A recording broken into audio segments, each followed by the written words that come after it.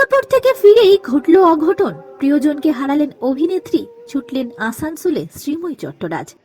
আপনাদের সবাইকে স্বাগত সিনে গসিপে। সিঙ্গাপুরে গিয়েছিলেন শ্রীময়ী চট্টরাজ। কলকাতায় ফিরতেই দুঃসংবাদ পরিবারে, শোকের ছায়া চ্যাটার্জি পরিবারে। দাদুকে হারালেন আচমকাই অভিনেত্রী শ্রীময়ী চট্টরাজ। আসানসোলে অভিনেত্রীর মামাবাড়ি, সেখানেই তার দাদু আর দিদা থাকতো। হঠাৎই দাদুকে হারালেন অভিনেত্রী। দাদুর মৃত্যুর খবর পাওয়া মাত্রই কান্নায় ভেঙে পড়েন শ্রীময়ী। সংবাদ মাধ্যমে অভিনেত্রী জানিয়েছেন তার একটাই আক্ষেপ, দাদুর সঙ্গে কৃষ্ণির আলাপ করালো হলো না। পরিকল্পনা ছিল খুব শীঘ্রই কৃষ্ণিকে নিয়ে আসানসোলে যাবেন, তবে শেষবারের মতো দাদুর সঙ্গে আর দেখা হলো না। অভিনেত্রী সংবাদ মাধ্যমে জানিয়েছেন, দাদুর বয়স হয়েছিল 96 বছর, কিন্তু আমার দাদু একেবারেই সুস্থ ছিলেন।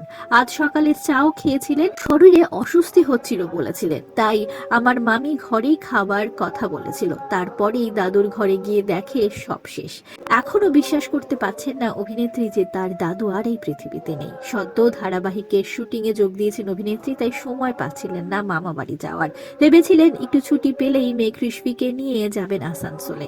অভিনেত্রী জানিয়েছেন মেয়েকে দেখতে পেল না। দিদা এসেছিল কলকাতায়, মেয়েকে দেখেছে, ওটাই আক্ষেপ রয়ে গেছে। মাকে নিয়ে আসানসোলে পৌঁছেছেন অভিনেত্রী শ্রীময়ী চট্টরাজ। মেয়ে কৃষ্ণি কলকাতার বাড়িতেই রয়েছে। কাঞ্চন মল্লিক এখন মেয়েকে সামলাচ্ছেন। শ্রীময়ী এবং তার পরিবারের জন্য রইল গভীর সমবেদনা। আমরা হলাম সিনে গসিপ।